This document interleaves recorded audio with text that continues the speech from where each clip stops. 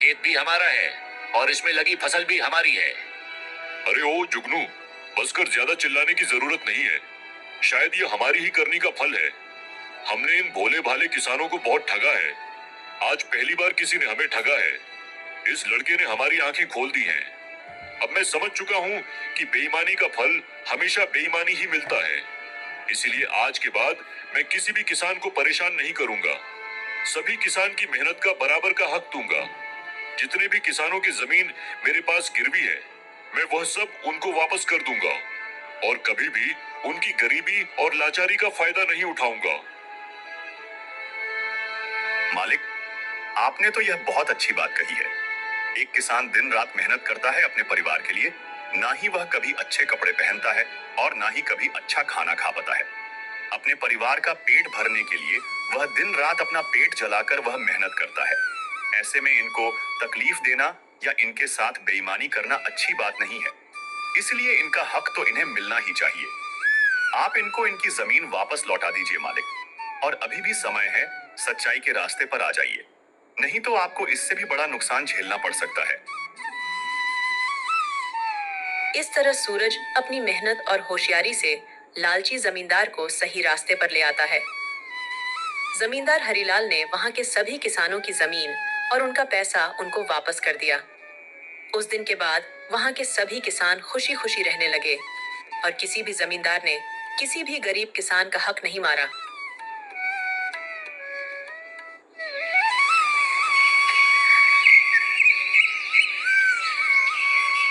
उदयपुर राज्य में राजा राम अपनी पत्नी सुमित्रा के साथ रहता था और उसका बड़ा भाई भोला राम अपनी पत्नी गंगा के साथ दूसरे गांव में किराए के मकान में रहता था, क्योंकि उसकी पत्नी गंगा को उसके पिता और देवर के साथ रहना पसंद नहीं था।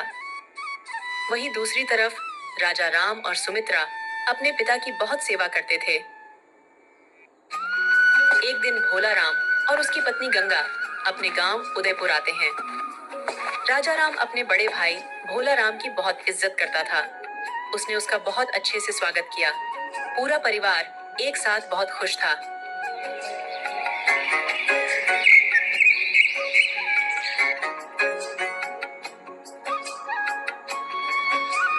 सुनिए जी, आज भगवान के दर्शन के लिए हमें मंदिर जाना है। लेकिन सुमित्रा, हम मंदिर कैसे जा सकते हैं? तुम तो जानते ही हो पिताजी की तबीयत कितनी खराब रहती है। अगर हमारे जाने के बाद उन्हें कुछ हो गया तो हम क्या करेंगे? अजी, भैया भाभी भी तो आए हुए हैं। हम पिताजी को भैया भाभी के पास छोड़कर जाएंगे। वो एक दिन के लिए हमें मना नहीं करेंगे। थोड़ी ही देर है तो बात है, हम दोनों तुरंत ही वापस आ जाएंगे। ठीक है सुमित्रा, तुम जाकर भैया भाभी को बुला लो, फिर हम दोनों मंदिर चलते हैं। थोड़े ही देर बाद राजा राम और उसकी पत्नी सुमित्रा मंदिर के लिए निकल जाते हैं। तभी भूषण की तबीयत खराब होने लगती है और भूषण अपनी बड़ी बहू गंगा से कहते हैं, अरे ओ बड़ी बहू, सुनती हो? अरे क्या हुआ बूढ़े? सुनो बड़ी बहू, लगता है मेरा अंतिम समय आ गया है। मेरी तबीयत ठीक नहीं लग रही है। तुम जल्दी से राजा राम और सुमित्रा को घर वापस बुला लो। वो दोनों ज्यादा दूर नहीं गए होंगे, क्योंकि मुझे तुम लोगों को कुछ बताना है। तभी गंगा कुछ देर सोचती है।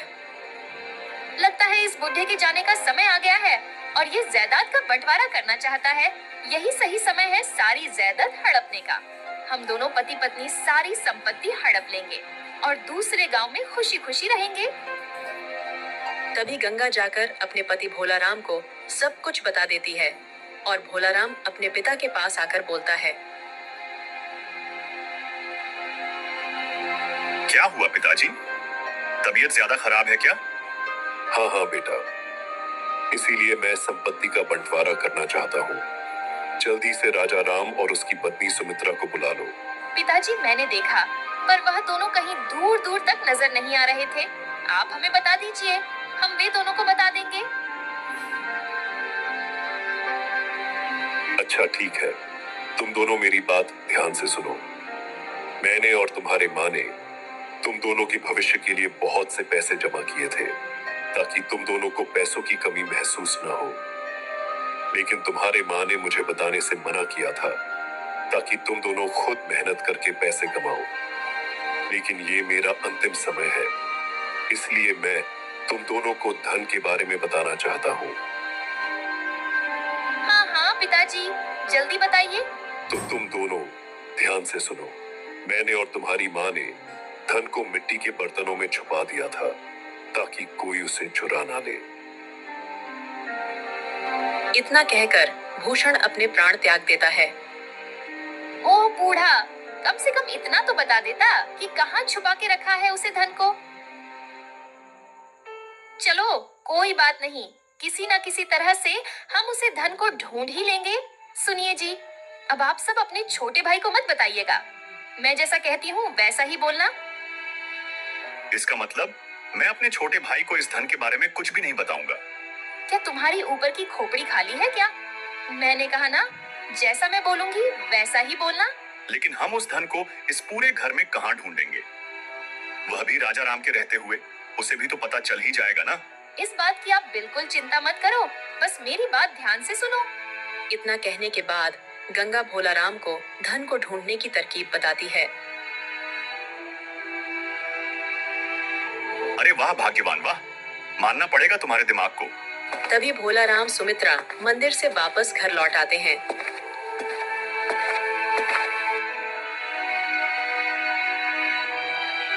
अरे पापा जी, क्या हो गया आपको? पिताजी, आप हमें छोड़कर क्यों चले गए? अब हमारा क्या होगा पिताजी? तभी यह सब देखकर राजा राम कहता है। पिताजी उठ जाओ। पिताजी, भाई ये सब कब हुआ? तुम्हारे आने से 10 मिनट पहले। पिताजी की तबीयत बहुत खराब हो गई थी और पिताजी हमें छोड़कर चले गए। पिताजी मुझे माफ कर दो, मैं आपके आखिरी पलों में आपके साथ नहीं था। मुझे माफ कर दो पिताजी, मुझे हमेशा इसका अफसोस रहेगा। दोनों भाई मिलकर अपने पिता का अंतिम संस्कार कर देते हैं। धीरे धीरे दिन बीतते हैं और उनके पिता के सारे क्रियाकर्म खत्म हो जाते हैं। धीरे धीरे घर खाली सा हो जाता है। फिर एक दिन भोलाराम अपने छोटे भाई राजा राम से कहता है।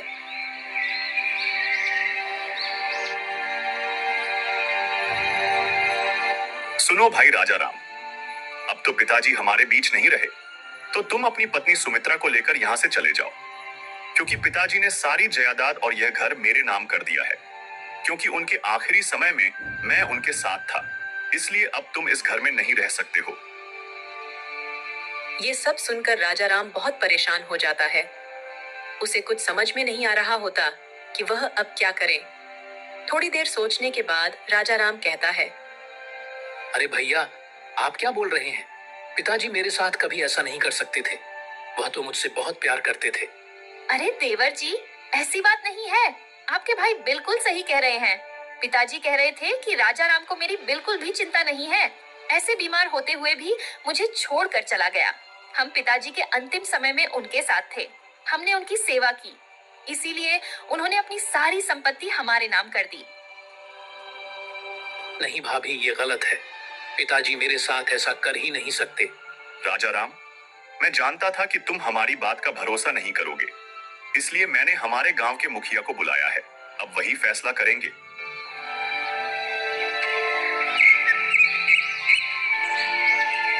थोड़ी ही देर बाद वहां मुखिया जी आते हैं और भूषण के लिखे हुए खत को पढ़ते हैं।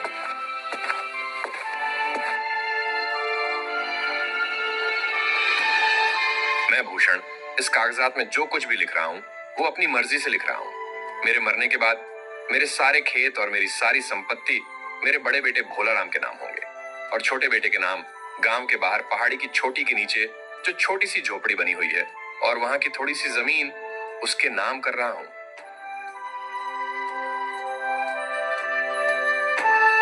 मुखिया जी, क्या कागज पर जो लिखा है क्या सच है कि उसे मेरे पिताजी ने लिखा है? राजा राम, ये तो मुझे भी समझ में नहीं आ रहा है कि तुम्हारे पिताजी ने तुम्हारे साथ ऐसा क्यों किया, लेकिन इस खत में जो भी लिखा है वह तुम्हारे पिताजी ने ही लिखा है और उसके बाद अपना अंगूठा भी लगाया है। अरे मुखिया जी, इसकी वजह मैं बताता हूँ। मेरा भाई राजा राम और उसकी पत्नी सुमित्रा मेरे पिताजी का बिल्कुल भी ध्यान नहीं रखते थे, और तो और उन पर बहुत अत्याचार भी करते थे। पिताजी की तबीयत खराब होते हुए भी ये लोग बाहर घूमने चले गए, इसलिए पिताजी इनसे बहुत नाराज थे। मैंने और गंगा ने पिताजी की बहुत सेवा की, इसलिए पिताजी ने सारी संपत्ति मेरा नाम कर दी है। नहीं मुखिया जी, ये सब झूठ है। मैं और मेरी पत्नी पिताजी का बहुत अच्छे से ख्याल रखते थे और पिताजी हमारे साथ खुश भी थे। हाँ राजाराम, तुम बिल्कुल सही कह रहे हो, लेकिन मैं कुछ नहीं कर सकता। हमारे पिताजी ने साफ साफ लिखा है और सबूत के तौर पर अपना अंगूठा भी लगाया है, इसीलिए मैं इस मामले में कुछ नहीं कर सकता। मुखिया के इतना कहते ही भोलाराम और गंगा बहुत खुश हो जाते हैं। तभी भोलाराम मुखिया से कहता है, मुखिया जी, अब आप राजा राम को साफ साफ बता दीजिए कि वह अपनी पत्नी को लेकर यहाँ से चला जाए। भैया, ये आप क्या कह रहे हैं? मैं आपका छोटा भाई हूँ। पिताजी मुझसे नफरत करते थे तो क्या हुआ? आप तो मुझे अपना पास रख सकते हैं ना? इन सभी बातों को सुनकर मुखिया बोलता है, राजाराम, तुम्हारे पिता के लिखे वसीयत के अनुसार गांव के बाहर की झोपड़ी और थोड़ी सी जमीन तुम्हारी है। तुम अपनी पत्नी को लेकर वहां चले जाओ। लेकिन मुखिया जी, वो झोपड़ी तो पूरी तरह से खराब है, हम भला वहाँ कैसे रहेंगे? अरे, इसमें गलत क्या है? तुम लोगों को वैसा ही परिणाम मिला जैसा तुमने पिताजी के साथ किया, और हमें भी वैसा ही परिणाम मिला जैसा हमने पिताजी के साथ किया। नहीं भाभी, आप बिल्कुल झूठ बोल रही हैं। पिताजी हमारे साथ ऐसा नहीं कर सकते। पिताजी हम दोनों से बहुत प्यार करते थे और हम लोग भी पिताजी की बहुत सेवा करते थे। देखिए मुखिया जी, इन्हें दोनों को समझ दीजिए कि यहाँ पर खड़े होकर हम दोनों से बहस ना करें और चुपचाप यहाँ से चले जाएं। देखो राजाराम, तुम्हारे पिता के जैसे वसीयत के अनुसार यह घर तुम्हारे बड़े भाई के नाम है। अगर वो लोग नहीं चाहते तो तुम लोग यहाँ नहीं रह सकते, तुम्हें यहाँ से जाना ही होगा। मैं इन्हें अपने साथ नहीं रखना चाहता मुखिया जी, क्योंकि इन्हें पिताजी के साथ बहुत बुरा व्यवहार किया है। इन्हें तो अपनी गलती की सजा मिलनी ही चाहिए।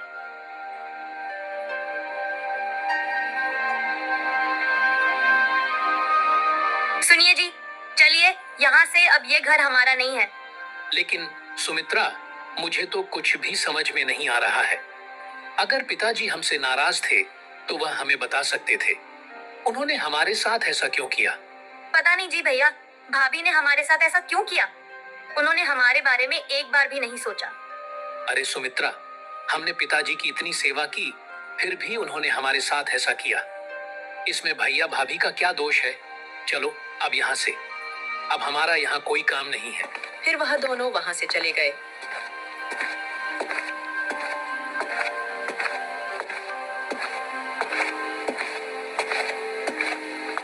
तभी भोलाराम अपनी पत्नी गंगा से कहता है, अरे वाह भाग्यवान, क्या दिमाग है तुम्हारा। पिताजी की छुपाई हुई सारी जायदाद भी हमारी हो गई और ये घर भी हमारा हो गया। अजी, अच्छा हुआ कि हमने पिताजी के कागज बदल दिए और उन पर उनका अंगूठा लगवा लिया। अब संपत्ति हमारी है और मकान भी हमारा है। अब हम दोनों यहाँ आराम से रह सकते हैं। थोड़ी देर बाद मुखिया जी राजाराम के पास आते हैं। पता नहीं राजाराम, तुम्हारे पिताजी को क्या हो गया था, तुम्हारे साथ ऐसा क्यों किया? ये बात तो मुझे भी समझ में नहीं आ रही है, वरना पूरा गांव जानता है तुम्हारे पिताजी की सेवा सबसे ज्यादा किसने की है। मुखिया जी, मुझे जमीन जायदाद का कोई लालच नहीं है, लेकिन पिताजी के मन में हमें लेकर इतनी नफरत थी, यह बात मुझे अंदर ही अंदर खाई जा रही है। राजाराम, अब मैं चलता हूँ। तुम्हें किसी भी चीज की जरूरत हो तो मुझे बता देना। इतना कहने के बाद मुखिया वहां से चला जाता है। राजाराम अपनी पत्नी सुमित्रा से कहते हैं, सुमित्रा, अब हम क्या करेंगे? मुझे बिल्कुल भी अच्छा नहीं लग रहा है कि पिताजी हमसे इतनी नफरत करते थे। नहीं नहीं, ऐसी बात नहीं है। पिताजी तुमसे बिल्कुल भी नफरत नहीं करते थे, वे हमसे बहुत प्यार करते थे। तुम कल मुखिया जी के पास जाओ, वे तुम्हें कोई काम जरूर दिलवा देंगे। अब चलो अंदर चलते हैं और सफाई करते हैं।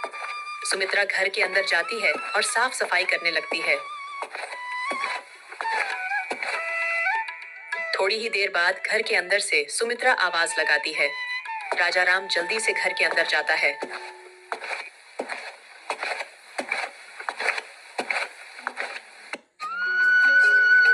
क्या हुआ भाग्यवान, क्यों चिल्ला रही हो? देखो, सफाई करते समय मुझे 4-5 मिट्टी के घड़े मिले। क्या हो सकता है इसमें? खोल कर देखता हूँ। राजा राम को खोलता है। वह सारे घड़े सोने के सिक्कों से भरे हुए थे। सुमित्रा, अब मैं समझा कि पिताजी ने हमें ये झोपड़ी क्यों दिया। मैं अभी जाकर मुखिया जी को सारी बात बताता हूँ। फिर राजा राम मुखिया जी के घर जाता है और उन्हें सारी बात बताता है।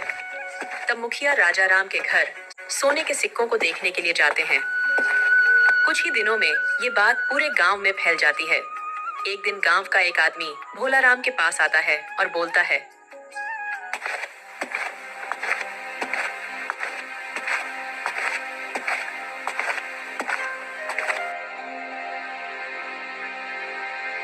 भोला राम भाई, गजब हो गया। अरे भाई, क्या गजब हो गया? गजब हो गए पता नहीं है क्या? तुम्हारे भाई राजा राम की झोपड़ी में 4-5 सोने के सिक्के से भरे घड़े मिले हैं। अरे भाई, क्या बोल रहे हो? तुम्हारा दिमाग तो ठीक है ना?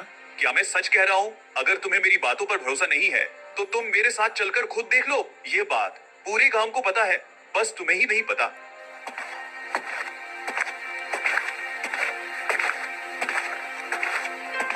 फिर भोला राम अपनी पत्नी के पास जाकर कहता है, अरे गंगा, पिताजी ने सारे मटके उसे झोपड़ी में ही छुपा कर रखे थे। चलो देखते हैं। और फिर वह दोनों राजा राम के घर जाते हैं। वहां पर पहुंचकर भोला राम अपने छोटे भाई से कहता है, हाँ, सब मेरा है। पिताजी ने मेरे लिए यह धन इस झोपड़ी में छुपा कर रखा था। इसका मतलब आपको खजाने के बारे में पहले से मालूम था? हाँ हाँ, मुझे पहले से मालूम था। पिताजी ने मुझे पहले ही बताया था इस धन के बारे में, लेकिन ये नहीं बताया था कि यह धन कहाँ रखा हुआ है। आपने तो मुझे किसी खजाने के बारे में बताया ही नहीं। आप कैसे भाई हो?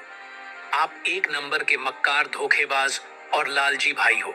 अरे राजा राम, अगर मैं तुम्हें इसके बारे में बता देता तो तुम कब का इसको ले लेते। तभी पास में खड़े मुखिया जी बोल पड़े, भोला राम, तुम धन को अपना साथ नहीं ले जा सकता। कानूनी तौर पर यह घर राजा राम का है, इसलिए इस धन पर भी उसका ही अधिकार। मुखिया जी, कागजात नकली है। पिताजी के मरते समय हमने धोखे से उनका अंगूठा एक खाली पन्ने पर ले लिया था और उसकी मदद से सारे जमीन जायदाद अपना नाम कर ली थी। वाह भोला राम, वाह। तो तुमने बहुत ही बड़ा पाप किया है। तुमने एक मरते हुए आदमी का अंगूठा लिया है। तुम्हें इसकी सजा जरूर मिलेगी। तभी गंगा बोली, मुखिया जी, हमें माफ कर दीजिए। मुखिया जी, ये सब मैंने ही इनसे करने को कहा था। हमें माफ कर दीजिए। तुम लोगों को सजा तो जरूर मिलेगी। मैं तुम्हारी शिकायत उदयपुर के राजा महाराज कौशल देव के पास लेकर जाऊंगा। इसका मतलब पिताजी मुझसे नाराज नहीं थे। वह मुझे अपने आखिरी समय में भी याद कर रहे थे। हन भाई, पिताजी तुमसे नाराज नहीं थे। वाह, अपने आखिरी समय में भी तुम्हें बुलाकर हम दोनों को खजाने के बारे में बताना चाहते थे, मगर मैं लालच में आ गया था। मुझे माफ कर दो मेरे भाई, मुझसे बहुत बड़ी गलती हो गई। आपने मुझे धन संपत्ति नहीं दी, इसका मुझे दुख नहीं है, लेकिन आपने मुझसे पिताजी के नाम पर इतना बड़ा झूठ बोला, इसके लिए मैं आपको कभी माफ नहीं करूंगा। आप एक नंबर के मक्कार, धोखेबाज और लालची भाई हो। आपकी सजा यही है कि आप मुझसे बहुत दूर चले जाओ। भोला राम और गंगा के हाथ में कुछ भी नहीं लगता और दोनों वहां से चुपचाप चले जाते हैं।